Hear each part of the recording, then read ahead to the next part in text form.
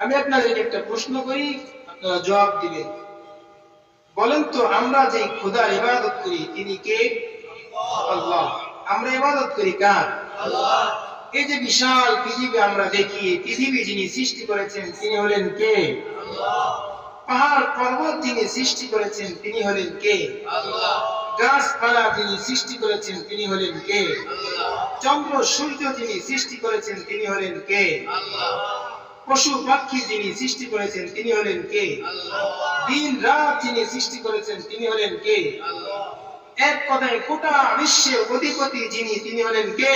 আল্লাহ। আল্লাহ রাব্বুল আলামিন সব কিছুকে সৃষ্টি করেছেন। ইমানদার আল্লাহর গোলাম, দুনিয়ার ভিতরে যত প্রাণী আছে, যত মানুষ আছে, সব কিছুকে যিনি সৃষ্টি করেছেন তিনি হলেন কে? আল্লাহ। আল্লাহ রাব্বুল আলামিন সব কিছুকে সৃষ্টি করেছেন। ইমানদার আল্লাহর গোলাম, লক্ষ্য করে শুনুন, দুনিয়ার সব প্রাণীকে আল্লাহ সৃষ্টি করেছেন। এক এক প্রাণীর এক এক বৈশিষ্ট্য আছে। সব প্রাণীর ভিতরে আল্লাহ একটা জিনিস দান করেছেন, সেই জিনিসটা হলো মুহাব্বত। আল্লাহ রাব্বুল আলামিন সব প্রাণীকে দান করেছে। ইমানদার আল্লাহর গোলাম, লক্ষ্য করে বুঝলেন, বাংলাদেশের দক্ষিণ অঞ্চলে একটা বন আছে। বলেন তো বনটার নাম কি? সুন্দরবন, খুলনাতে অবস্থিত। এই বনের মধ্যে অনেকগুলো হিংস্র প্রাণী বসবাস করে। এই প্রাণীর মধ্যে একটি প্রাণীর নাম হচ্ছে রয়্যাল বেঙ্গল টাইগার, যেটাকে আমরা বাঘ বলে চিনি। অত্যন্ত হিংস্র প্রাণী। কোন প্রাণী তার সামনে নিরাপদ নয়। কিন্তু লক্ষ্য করে দেখবেন, এই বাঘটা কিন্তু তার বাচ্চাকে নিয়ে বনের ভিতরে ঘোরাফেরা করে। এই বাচ্চার উপরে কিন্তু এই বাঘটা কোন আক্রমণ করে না। আওয়াজ দিয়া বলুন, এই বাঘ তার বাচ্চার প্রতি যে মুহাব্বত যিনি দান করেছেন তিনি হলেন কে? আল্লাহ। আল্লাহ রাব্বুল আলামিন।